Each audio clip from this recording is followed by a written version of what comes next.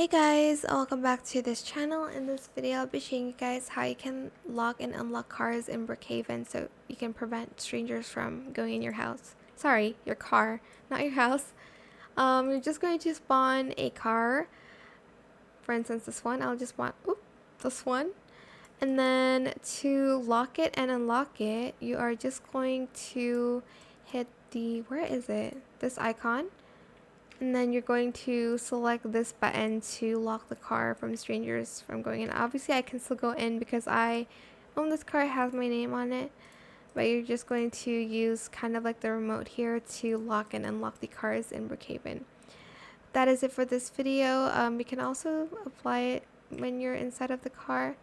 I hope this tutorial was helpful for you guys. Don't forget to like, comment, share, and also subscribe to this channel if you haven't done that already. If you have any more questions about this video, just leave it in the comment section down below. I will try my best to answer them all for you guys. And if you found this video helpful, please click the thanks button as well. That is it. Thank you so much for watching. Bye.